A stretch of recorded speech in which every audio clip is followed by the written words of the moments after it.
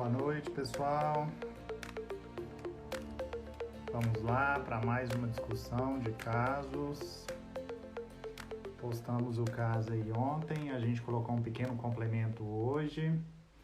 Esse é um intuito, né? Porque os exames eles não saem todos de uma vez só, então a gente tem que ir construindo um raciocínio basicamente com a história clínica para depois a gente ter acesso aos exames, né? E a partir daí a gente vai podando o nosso raciocínio para direcioná-lo melhor para uma hipótese e a partir daí para a tomada de decisão final, né? Então a gente vai começar, a galera aos pouquinhos vai entrando aí, sejam todos muito bem-vindos. A gente vai discutir o caso aí que eu postei ontem nos stories, tá? Então vamos começar, eu vou ler o caso aqui e a gente começa a discutir a respeito. Então vamos lá. Paciente, 74 anos, diagnóstico de linfoma não Hodgkin, em novembro de 2022. Todos os casos que a gente está postando são casos reais, viu, gente? Que a gente acompanha no dia a dia da clínica médica. Primeiro ciclo de quimioterapia no fim de dezembro, compareceu ao pronto-socorro com queixa de dispneia súbita e febre iniciados no dia 14 de janeiro. Negava qualquer outro sintoma gripal. Relatava disúria leve na admissão, hábito intestinal constipado. Admissão da enfermaria, o paciente estava estável. Olha, admissão da enfermaria, né? Então, o paciente passou pelo PS, provavelmente iniciaram O2 suplementar, acharam que não tinha indicação de terapia intensiva, mandaram internar na enfermaria. Admissão na enfermaria, estável hemodinamicamente, bom padrão respiratório no catéter a 5 litros. O paciente já estava no catéter a 5 litros, saturando 88%, sem esforço. Então, padrão respiratório relativamente bom, estava com uma taquipneia leve, mas sem esforço, no catéter a 5 litros. De pregresso, de relevante, né, que vale a pena a gente destacar aqui. A paciente tinha um diagnóstico, um linfoma não Hodgkin, diagnóstico em novembro de 2022, um diagnóstico recente. O primeiro ciclo de quimioterapia foi no dia 29/12 e ela foi admitida no dia 14 de janeiro, ou seja, ela está no nadir da quimioterapia. Isso aí já tem que acender uma luzinha para algumas questões que a gente vai discutir aqui. Teve uso recente de clavulin há cerca de 20 dias devido à ITU. Aí já na chegada, né, do PS, pediram uma propedêutica básica e nessa propedêutica básica ninguém esquecer de um raio-x, né? Paciente que chega com dispneia, não tem como você não pedir um raio-x. Aí pediram o raio-x, a gente colocou o raio-x lá nos stories, né? Se você não lembra, pode voltar lá para ver. Mas o raio-x em si não chamava atenção, né? Não tinha nenhuma consolidação, não tinha nenhum infiltrado de relevância, não tinha apagamento de SEI, não tinha nenhum infiltrado tercial, então raio-x relativamente inocente. Mas aí você já começa a achar estranho, gente, mas assim, uma dispneia muito relevante, uma paciente com febre, né? Até então, às vezes, você estava aventando a possibilidade de um foco infeccioso pulmonar com raio-x normal. Será que vale a pena a gente pedir um exame mais apurado para a gente ver a imagem pulmonar? Se a gente for pedir esse exame mais apurado, vai valer a pena a gente realmente seguir essa linha de raciocínio ou tem que pensar em diagnósticos diferenciais outros, né? E assim o raciocínio clínico vai se construindo. Dos exames laboratoriais iniciais, né? A gente colocou o hemograma. O que a gente percebe no hemograma? Leucocitose discreta, né? De aproximadamente 12 mil de global, 11 mil e alguma coisa, com 3% de bastão. Ou seja, o que tange de muito relevante no hemograma era exatamente eu ver o quê? Minha paciente está ou não está neutropênica, né? Então, assim, toda vez que a gente admite um paciente oncológico, gente, principalmente em contexto de febre, a gente tem que aventar a possibilidade dele estar com neutropenia febril. Uma coisa é o tratamento empírico, sem eu ainda ter meu hemograma na mão. Outra coisa é o tratamento direcionado, o hemograma saiu ali com 15, 20 minutos, já vai te ajudar na tomada de decisão de uma forma mais coerente. Então, isso vai depender do seu serviço, né? Tem serviço que a gente tem acesso a esses resultados assim, ó, extremamente rápidos. Tem serviço que às vezes você vai demorar ali 2, 3 horas para ter o resultado desses primeiros exames e, consequentemente, você vai ter que tomar a sua decisão antes de ter esses exames em mãos. Então, antes de ter esses exames em mãos, se trata-se de uma paciente oncológica, é muito importante você aventar a possibilidade de ela estar neutropênica. Porque você aventando a possibilidade de ela estar neutropênica, não importa se a febre é infecciosa ou não é infecciosa, porque na neutropenia, a neutropenia febril, você obrigatoriamente vai ter que seguir uma rotina de conduta nesse contexto, porque se ele estiver infectado e você não tratar, a evolução do neutropênico para uma sepse rapidamente fatal é muito rápida, né? Então, quem lida com paciente hematológico sabe disso no dia a dia e vê como que eles evoluem rápido, né? Às vezes é uma febre que o paciente teve de madrugada, 2 horas da manhã, não chamaram o médico para avaliar, ou o médico simplesmente atendeu o BIP e falou, não, pode fazer uma dipirona, né? No dia seguinte, quando a gente chegou para avaliar, o que acontece? A paciente está chocada, né? Então, assim, os pacientes evoluem muito rápido, os neutropênicos febris, quando a febre é por infecção. E é a única situação na medicina, a gente destaca muito isso, que febre é uma urgência médica. Então, a gente tem que seguir toda uma rotina. Se você está aventando a possibilidade do seu paciente estar neutropênico e está com febre, independentemente se a febre é infecciosa ou não, considerando que não tem como você bancar na chegada dele, né, que talvez é uma febre por conta de uma outra etiologia não infecciosa, do ponto de vista de antibiótico terapia, a gente teria que seguir a rotina aí de neutropenia febril, que a gente vai acabar discutindo um pouquinho.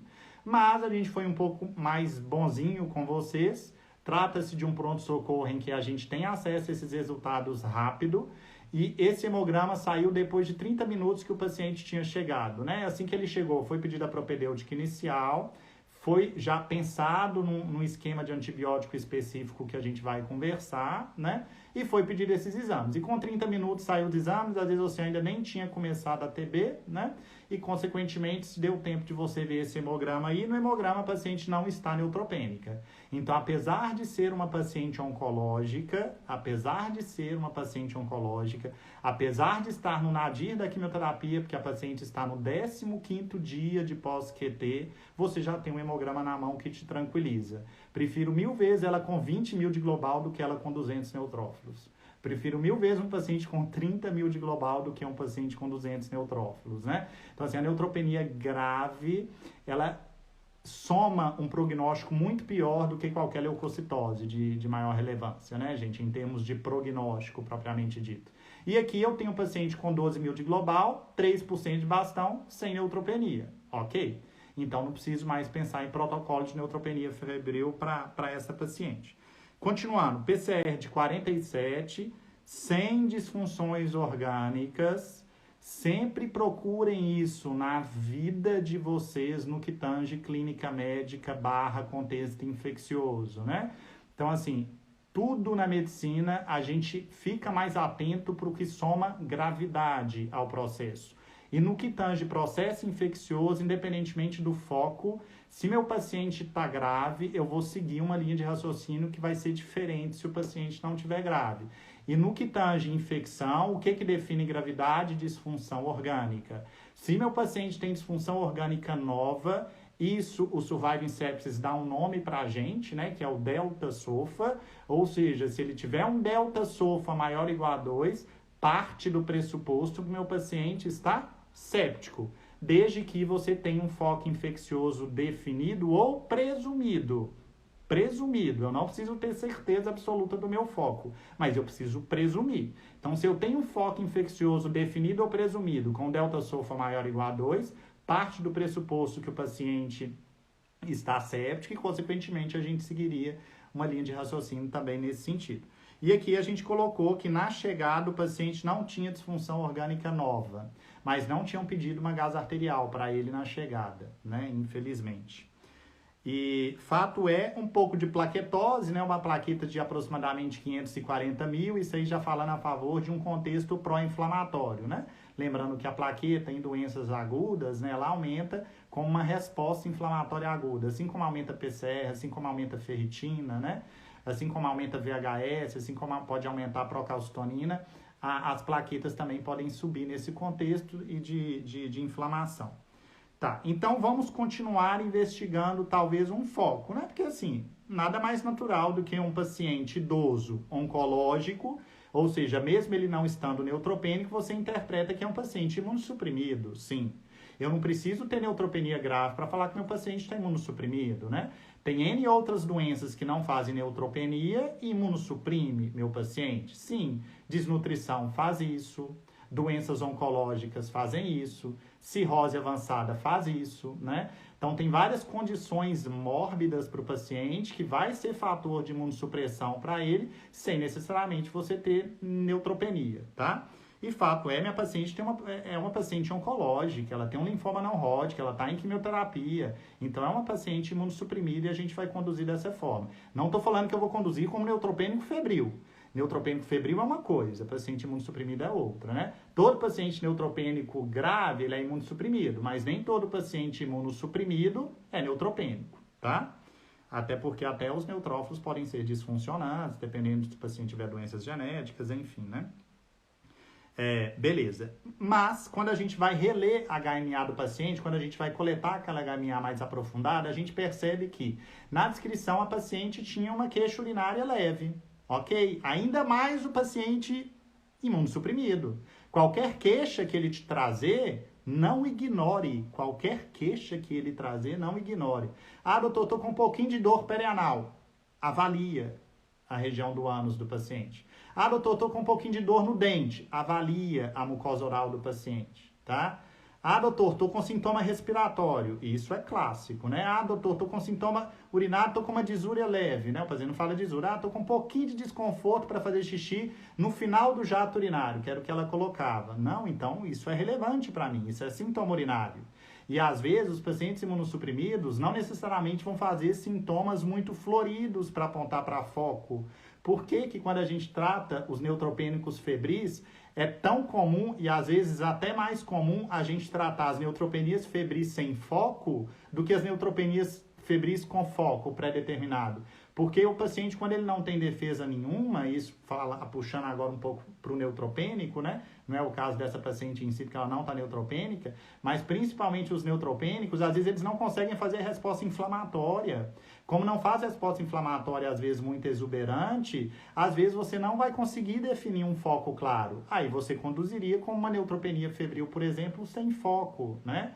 Então, toda queixa que ele te trazer, você vai ter que valorizar e você vai ter que tomar atenção naquilo ali para ver se realmente, às vezes, o foco não é aquele. E ela tinha queixa de disúria leve, não é neutropênica, mas é imunossuprimida e estava queixando um disúria terminal discreta, mas óbvio que eu vou considerar relevante e lógico que eu vou pedir exame de urina, tá? Então, foi solicitado exame de urina e a urina tinha piúria. Tinha piúria com raros BGMs. Pronto, então parte do pressuposto que essa paciente, do ponto de vista de sintoma, ela tem infecção do trato urinário.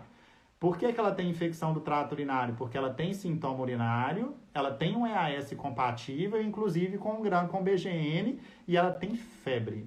E se ela tem febre, e se eu considerar a febre no pacote da infecção do trato urinário, a gente já fala que a paciente está tendo sintoma sistêmico. Se a paciente tem sintoma sistêmico, sinto dizer, isso não é ITU baixa. A gente tem que pensar, então, em ITU alta. Aqui a gente está falando de uma paciente do sexo feminino, então não é para pensar em prostatite, nada disso. E, consequentemente, se tem sintoma urinário, com febre, às vezes faz um Jordano positivo ou discretamente positivo, mas não necessariamente vai ter sintomas muito floridos, né? Com EAS com piúria, até que se prove o contrário, ela tem ITU. Agora, o que a gente tem que pensar é, ok, então a gente já descobriu por que trata-se de uma ITU alta, mas basta? Não, não basta. Por quê? Porque minha paciente está hipoxêmica. E uma hipoxemia de relevância. Aí você começa a pensar, não, então peraí, então ela tem uma pneumonia mais uma infecção do trato urinário? Uai, mas Breno, você sempre fala que a gente tem que pensar numa unidade diagnóstica, etc. Sim, a gente tem que pensar numa unidade diagnóstica. Na maioria das vezes, né, na medicina, se a gente conseguir achar uma patologia que se encaixa tudo que o paciente tem, a probabilidade pré-teste de você estar certo é maior do que você conseguir achar ali 3 hipóteses, cada uma das hipóteses está justificando parte da clínica e parte do laboratório. A chance de erro é muito maior, né? Então, assim, por isso que a gente tem que tentar chegar num diagnóstico que justifica grande parte do que está acontecendo ou que justifica tudo do que está acontecendo. Aí a gente começa a aventar. Ah, beleza, então ela está fazendo uma sepse urinária, já que pensando no foco eu já consegui definir com propriedade que ela tem uma ITU alta, né? E a hipoxemia é uma disfunção pulmonar, né? Assim, uma disfunção orgânica no contexto de uma sepse urinária. Ok, muito interessante a justificativa, né? Até porque, mas então por que eu não posso pensar no foco pulmonar como sendo primário? Uai, a paciente, ela não tinha sintoma respiratório, ela veio com dispneia, uma dispneia que começou de repente, né, uma dispneia súbita, e não tinha sintoma respiratório nenhum, além da dispneia. Não tinha tosse, não tinha coriza, não tinha odinofagia, não tinha cefaleia, para pensar em síndrome gripal, né? E ela tinha dispneia, e a dispneia começou súbito. Se a dispneia fosse no contexto da sepse urinária, aí a perspicácia do clínico. Então, peraí, se você está achando que seu paciente tem uma sepse urinária e está fazendo uma dispneia de relevância por conta disso, provavelmente ele está fazendo infiltrado pulmonar de relevância, fazendo talvez uma SARA, ok? O paciente pode fazer uma síndrome da angústia respiratória do adulto no contexto de uma sepse de qualquer outro foco? Sim, assim como ele pode fazer uma SARA por uma doença não infecciosa. Ele pode fazer uma SARA no contexto de um trauma, ele pode fazer uma SARA no contexto de uma pancreatite, ele pode fazer uma SARA no contexto de um AVC grave, né? Não é só infecção que faz SARA. E se for infecção, não é necessariamente infecção pulmonar, né? Então, assim, infecções de quaisquer outros focos de muita relevância, infecções graves, paciente choca, faz sepse e etc., pode fazer SARA no pulmão? Pode fazer SARA no pulmão. Mas para isso, você tem um exame clínico compatível e uma imagem compatível. Aí você faz um raio-x limpo. Gente, você faz um raio-x limpo. Então não faz sentido, eu acho, colocar a culpa da hipoxemia na sepse do foco urinário, por exemplo. Então você vai ter que começar a abrir o leque. Eu tenho outras possibilidades diagnósticas para isso? Tem, e não tem como você não pensar nessa hipótese. Por quê? Porque é uma paciente idosa de 74 anos, com primo diagnóstico de um câncer, um linfoma não Hodgkin, que está em tratamento no primeiro ciclo de quimioterapia, ou seja, uma doença super ativa. E a gente sabe que as doenças oncológicas, principalmente as doenças hematológicas, independentemente do nível de plaqueta, elas são muito protrombóticas. E se elas são muito protrombóticas, a gente tem que pensar em eventos tromboembólicos. Não tem como a gente não pensar em TEP aqui para justificar a hipoxemia. Ah, tudo bem, então você vai ter uma ITU mais uma TEP? É uma hipótese. E, sinceramente, tendo essa propedêutica inicial na mão, é uma hipótese que, a meu ver, é muito mais provável do que uma sepse urinária justificando a hipoxemia, porque a gente já tem um raio-x normal, né? E a clínica do paciente foi de uma dispneia súbita. Ela veio, de fato, foi principalmente pela dispneia súbita. No andar, ela estava saturando 88% no catéter a 5 litros. É uma hipoxemia de relevância. Uma hipoxemia de relevância para uma ausculta normal. Uma hipoxemia de relevância para um raio-x normal. Ah, mas paciente imunossuprimido às vezes não faz imagem no raio-x. Beleza.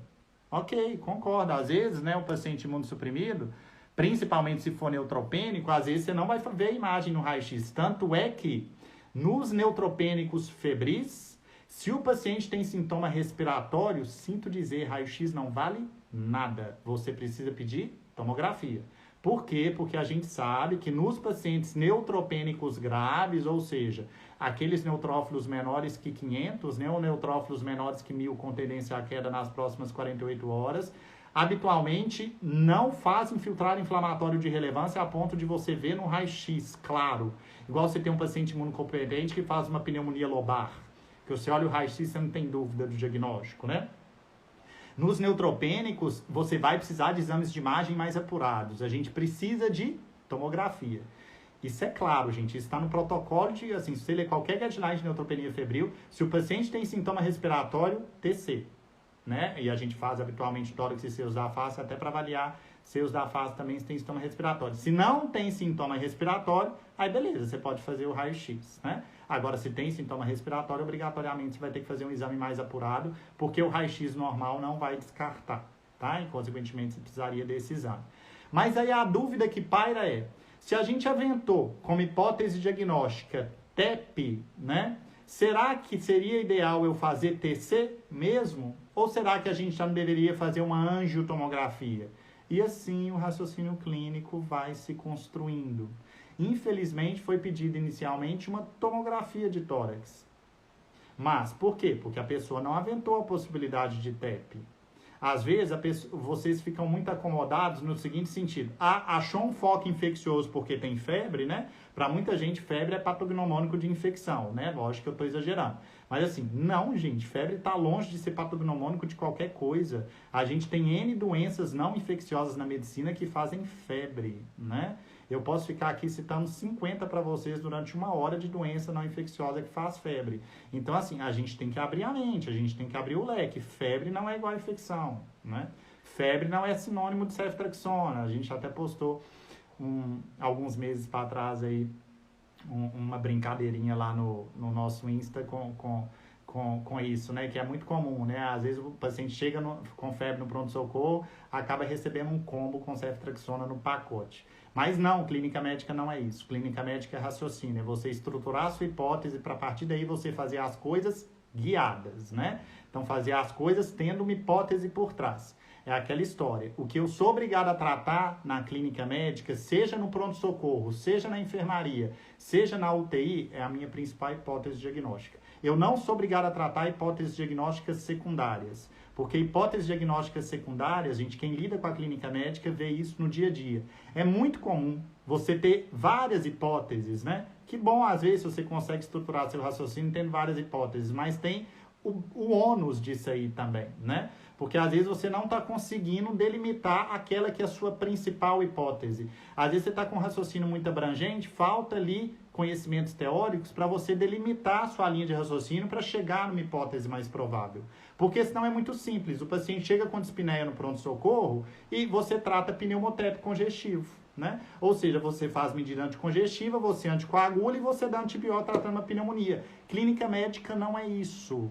Clínica médica não é isso. Isso gera consequências para o paciente. Então, estruture seu raciocínio, chega numa principal hipótese para a partir daí você definir conduta. E se aqui você aventou a possibilidade de TEP, aí precisa de um raciocínio, de um conhecimento teórico por trás para você ver se isso é plausível ou não, a ponto de ser também sua principal hipótese. Porque do ponto de vista infeccioso, a gente já documentou. Ela provavelmente tem uma ITU que a gente vai tratar. A gente vai discutir como. Agora, a gente está aventando uma outra possibilidade para a hipoxemia, que é TEP. Se você pensou em TEP na vida, o que você faz, né? Probabilidade pré-teste, tá? Então, assim, até para você ver se esse seu raciocínio faz lógica. Porque se você está pensando em TEP como uma boa hipótese, você calcula a probabilidade pré-teste, a probabilidade pré-teste da baixa, pode saber. É pouco provável ser uma boa hipótese, né? Se você tem uma probabilidade pré-teste para a TEP baixa nos scores, que tem uma excelente sensibilidade, né? Não, provavelmente você deve estar seguindo um raciocínio errado. Óbvio que probabilidade pré-teste baixa, a gente vai seguir uma linha do algoritmo. Probabilidade pré-teste intermediária alta, a gente vai seguir outra linha do algoritmo. Mas, independentemente disso, se a probabilidade pré-teste for baixa, talvez faça mais sentido você pensar em outras coisas para justificar. Mas, quando você for calcular qualquer score de probabilidade pré-teste aqui, e quando a gente fala que precisa de um conhecimento teórico por trás, porque precisa, né? A clínica médica, ela não é desvinculada da teoria, muito pelo contrário, a prática, ela está ali, mas não tem como você desvincular da teoria. E probabilidade pré-teste, a gente tem 3 scores. A gente tem PISA, a gente tem Wells e a gente tem Geneva, tá? Os que têm maior evidência na literatura é exatamente o Geneva e o Wells. O mais consagrado é o Wells, né? O Geneva também é tão bom quanto o Wells. O PISA eu gosto muito também, mas é o que tem menos evidência na literatura. Então, o fato é, se você usar os 3 scores, está de fácil acesso. Ah, Breno, você tem eles decorados? Você não precisa ter score decorado, gente. Calculadora médica, todo mundo tem no celular hoje em dia. Então, você olha lá no celular, você tem que lembrar o nome dos scores, né? Porque se não lembrar o nome do score, aí não tem como. Aí você digita lá Wells, digita lá Geneva para probabilidade pré-teste. Cuidado, né? Porque Geneva para TEP tem o Geneva também que avalia prognóstico, tá? Então eu tenho um score de Geneva para probabilidade pré-teste, a gente tem um score de Geneva para avaliação prognóstica. Igual a gente tem o PESE, né, no TEP para avaliação prognóstica, a gente tem o Geneva para avaliação prognóstica também. Mas aqui eu estou falando de probabilidade pré-teste. E não de avaliação prognóstica. Eu não tenho nem meu diagnóstico ainda. Não faz sentido eu avaliar prognóstico se eu não tenho meu diagnóstico. Então, agora o que a gente precisa fazer é probabilidade pré-teste. Wells, Geneva e PISA, todos eles estão dando probabilidade pré-teste alta ou intermediária, tá? Sendo que o ELS e o Geneva dela dava probabilidade alta. Então, assim, gente, se o paciente tem probabilidade alta, né? Sinto dizer, vou pedir dedímero. Não, não faz sentido. Dedímero só descarta TEP, né? Se você tiver uma sensibilidade pré-teste baixa ou intermediária. Sensibilidade alta não tem valor, né? Dedímero negativo você vai ter que continuar fazendo anti-TC, né? E olha para você ver, se você tem uma probabilidade pré-teste alta, por que você vai pedir TC de tórax? Faria muito mais sentido você já pedir uma anjo, se o paciente não tiver contraindicação a anjo, né? E, infelizmente, o que pediram no pronto-socorro de cara foi uma TC de tórax. Aí a gente colocou a TC de tórax para vocês. A TC de tórax mostrou o quê? O que o raio-x mostrou. Nada. Parênquima pulmonar limpo. Me ajudou? Não, não me ajudou. Infelizmente, não me ajudou. Então, de qualquer forma, você precisaria da anjo, né? Mas por quê? Porque você raciocinou, você tinha um conhecimento teórico por trás, você calculou a probabilidade pré-teste, deu uma probabilidade pré-teste alta, não tem discussão. Você teria que seguir para a anjo-TC para a sua tomada de decisão. Doutor, eu não vou conseguir fazer minha anjo-TC em tempo hábil. Eu estou no hospital público, eu vou conseguir fazer uma anjo-TC daqui 4 dias. Anticoagula. Anticoagula. Por quê? Porque agora TEP se tornou a sua principal hipótese junto com a infecção do trato urinário. E se TEP é a sua principal hipótese, lembra que a gente falou? O que eu sou obrigado a tratar? Eu sou obrigado a tratar a minha principal hipótese. Eu não sou obrigado a tratar hipóteses secundárias, né?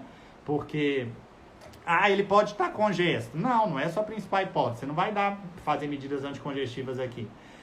Eu acho, pode ser uma pneumonia. Não, você não vai dar antibiótico para cobrir pulmão de pneumonia, porque não é a sua principal hipótese aqui. E a gente já falou por quê. O raio-x estava limpo, a TC estava limpa. Eu estou pensando em TEP, TEP é minha principal hipótese, eu tenho probabilidade pré-teste alta. Pronto. Se é a sua principal hipótese, você não vai conseguir fazer uma angiotomografia nas primeiras 24 horas, a literatura te obriga a fazer anticoagulação empírica, tá? Ainda mais que ela tem plaqueta normal. Tudo bem que é uma paciente oncológica, né? Pós-QT, ela poderia estar plaquetopênica, aí seria outro problema que a gente teria, mas graças a Deus ela não está plaquetopênica, muito pelo contrário, ela está até com plaquetose, né? Então não teria problema nenhum você fazer anticoagulação empírica aqui, seria o ideal até você fazer anti-TC, principalmente se você não conseguir fazer anti-TC nas primeiras 12 a 24 horas. Mas eu estou no serviço particular que eu consigo pedir anti-TC agora, eu vou fazer anti-TC daqui 2 horas. Ótimo! Então não precisa de você anticoagular. Vai dar tempo de você fazer a anjo, você vai fazer a anjo e em seguida você vai definir. Veio TEP? Beleza, anticoagula. Não veio TEP? Não, anticoagula, né? E lembrar que se desse, por exemplo, uma probabilidade pré-teste baixa, vocês lembram de um score que a gente pode usar nesse contexto de paciente com probabilidade pré-teste para TEP baixa, em que eu não preciso solicitar mais exame nenhum, nem dedímero? Alguém lembra para colocar aí o nome desse score? Ou seja, é um score que a gente tem para avaliar a TEP, que quando o paciente tem probabilidade pré-teste baixa, a gente calcula esse score. Se ele responder de forma negativa a todas as perguntas, você descarta TEP sem precisar pedir exame nenhum. Você descarta TEP.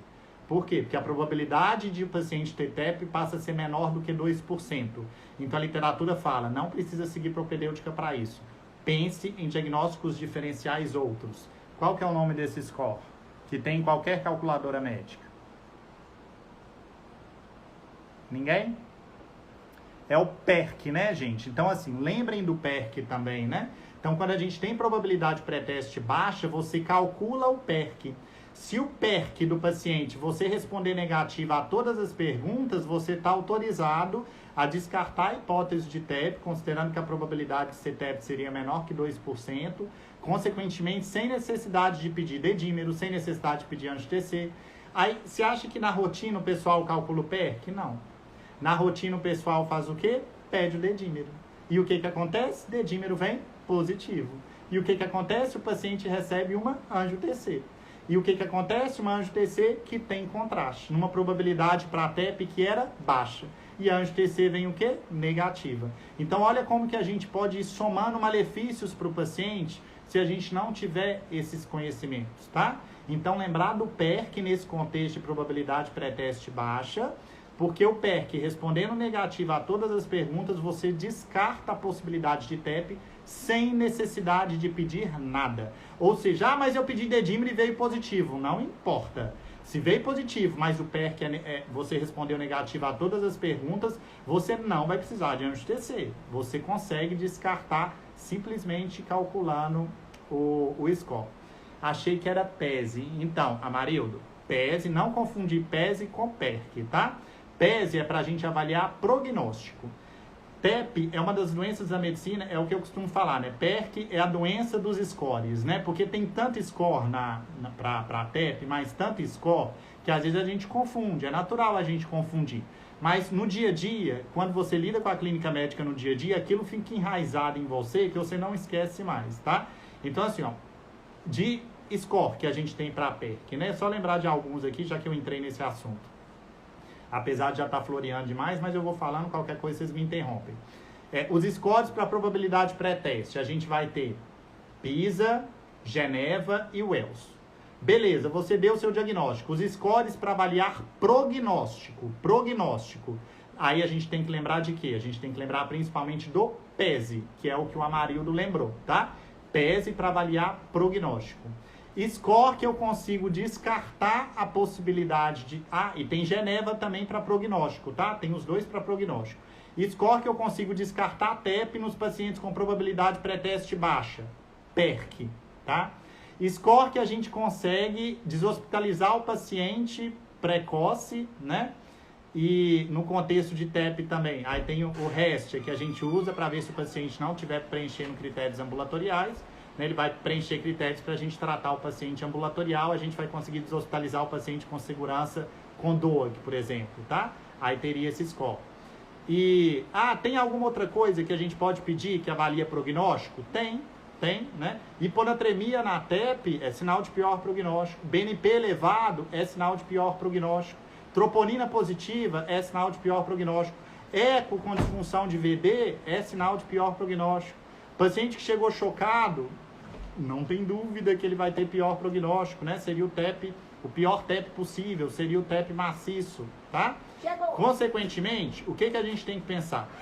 Se você calculou esses scores, né? Depois que você já tem seu diagnóstico, você vai ter seu paciente na mão para te ajudar na tomada de decisão final. Dou alta, não dou alta, né? Tem prognóstico ruim, não tem prognóstico ruim? Breno, todo paciente com TEP, eu preciso pedir troponina e BNP? Não, é só nos pacientes que tem prognóstico pior, ou seja, você vai calcular o PESE.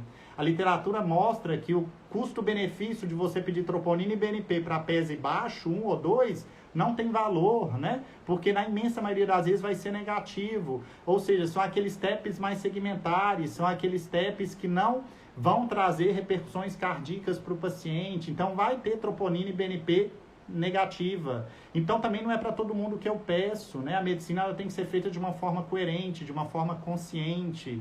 A gente precisa ter teoria por trás para não sair pedindo exame de tudo para todo mundo, nem tratando tudo em todo mundo, né? Então, a medicina é assim, a clínica médica é assim, tá? Agora, se for PESE 3, PESE 4, PESE 5, aí não tem dúvida, PESE maior ou igual a 3, obrigatoriamente eu preciso pedir troponina e BNP, porque são marcadores de pior prognóstico, tá? Jesus, eu acho que eu começo a viajar demais, mas beleza, gente. Então, assim, mas eu acho que deu pra gente discutir muita coisa aqui, inclusive com relação ao TEP, mas vamos voltar agora para o caso da nossa paciente. Então, beleza, uma probabilidade pré-teste baixa, fizeram uma tomografia de tórax que a gente colocou no nosso Insta que estava normal, já era de se esperar, uma paciente que chegou com uma ausculta limpa, que tinha um raio-x limpo, já esperava que viesse uma TC de tórax limpa, considerando que ela estava muito hipoxêmica para um raio-x limpo, né? Então, beleza. Então, isso aí a gente já imaginava que ia acontecer. A priori, a gente está sem anjo-TC, começamos a anticoagular, mas ela também está infectada. Breno, a febre poderia ser por conta da TEP também? Poderia? Sim, beleza, ótimo. A febre poderia ser pela TEP. Mas e os sintomas urinários? TEP está justificando os sintomas urinários? Minha paciente tinha disúria, ela veio com EAS com piúria e ela tem um GRAM com BGN. Não, então febre não está justificando, os sintomas urinários, TEP não está justificando.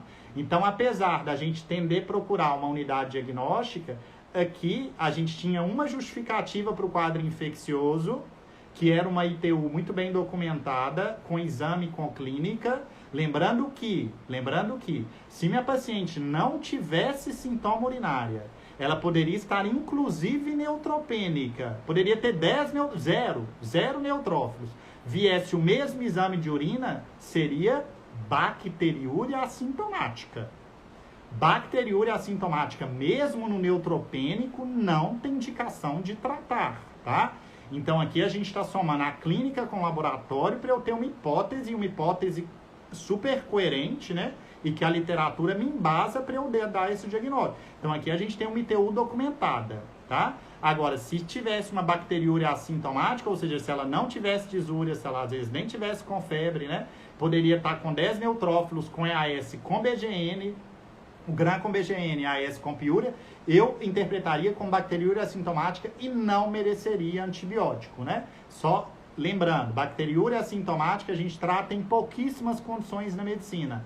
A mais clássica é gestante, que ninguém esquece, né? A outra é uma população que eu não lido com ela, que é recém-nascido de baixo peso. Então, uma população que, ok, a gente não lida com ela. A outra indicação da gente tratar a bacteriúria assintomática é principalmente no paciente que tem invasão do trato urinário, ou seja, eu vou fazer uma RTU de próstata, eu vou fazer uma biópsia de próstata, aí com certeza você vai ter que tratar a bacteriúria assintomática, porque senão o paciente pode fazer bacteremia durante o procedimento. E a outra indicação de tratar a bacteriúria assintomática seria nos receptores de transplante renal nos primeiros 3 meses, tá? Então, assim, os receptores de transplante renal precoce, a gestante, invasão do trato urinário são as indicações de tratar a bacteriúria assintomática. Precisa tratar no neutropênico? Não. Precisa tratar no paciente HIV positivo com CD4 de 5? Não. Precisa tratar no idoso? Não. Precisa tratar no diabético? Não. Precisa tratar no paciente oncológico grave? Não. Não é não, né? Então, assim, a literatura fala que não tem benefício, é porque não tem benefício. Ah, mas eu tô com medo, é um idosinho frágil que tem uma doença oncológica, tá com 10 neutrófilos e HIV positivo, tá com 10 de CD4. Não importa, você vai estar somando riscos para ele. Antibiótico não é isento de risco, muito pelo contrário, né? Ele traz efeitos adversos consigo, que pode ser relevantes para o paciente. Não tem indicação, ponto, tá? Mas voltando ao caso então, desculpa porque às vezes eu fujo demais, mas fato é, se você tem então uma ITU, mais a PEP, e no que tange a ITU então, a paciente ela usou recente clavulin, exatamente para tratar uma infecção do trato urinário, e 20 dias depois, né, ela está tendo uma nova infecção do trato urinário. Uma paciente que eu estou vendo que não é neutropênica, né? Mas como ela usou clavulin recente, é muito prudente a gente iniciar um antibiótico antipseudomonas para ela, pelo menos na chegada. E depois você vai descalonar conforme cultura. Aí o antibiótico antipseudomonas tem vários, né? A gente poderia iniciar cefepime? Poderia. Poderia iniciar ceftazidima? Poderia, pipetazo, mero. Mas assim, se você for pensar no que você precisa cobrir do ponto de vista infeccioso, é basicamente enterobactéria, uma vez que trata-se de infecção do trato urinário.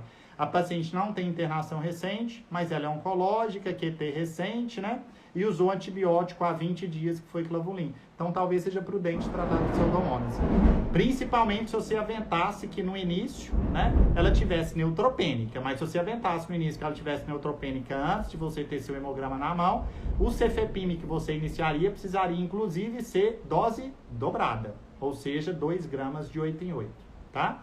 Mas aqui, como você já tem um hemograma e viu que ela não está neutropênica, poderia ser o cefepime dose simples, não teria problema. Seria o cefepime 1 grama de 8 em 8, trataria da mesma forma pseudomonas. Ah, Breno, mas precisaria ser cefepime ou teria antibiótico que teria um espectro mais direcionado para o que você quer? Teria um antibiótico com espectro mais direcionado para o que eu quero e que não teria risco dela fazer encefalopatia por cefepime, que é muito comum no paciente idoso, né? Então, seria a principal opção? Talvez não. Talvez a principal opção seria ceftazidima, né? Ceftazidima seria um antibiótico antipseudomonas, trataria muito bem a enterobactéria.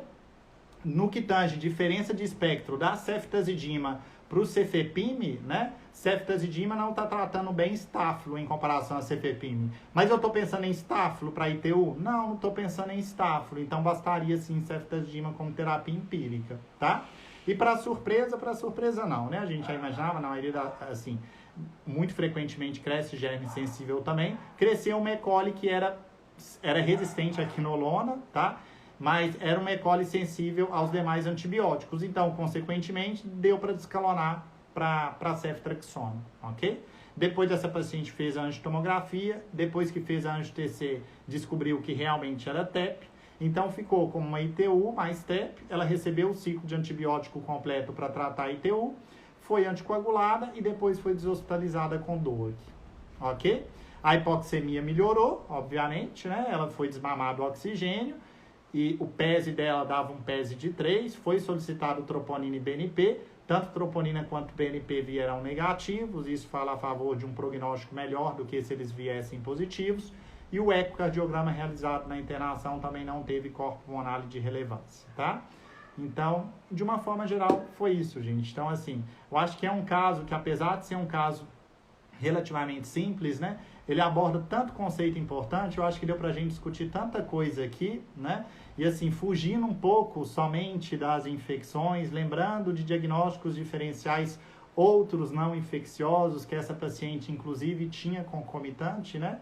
Que era o tromboembolismo pulmonar, e que a gente já poderia ter dado o diagnóstico na chegada, se tivessem feito uma angio-TC no lugar da tomografia. Mas por que uma angio-TC? Porque tinha uma probabilidade pré-teste alta para TEP.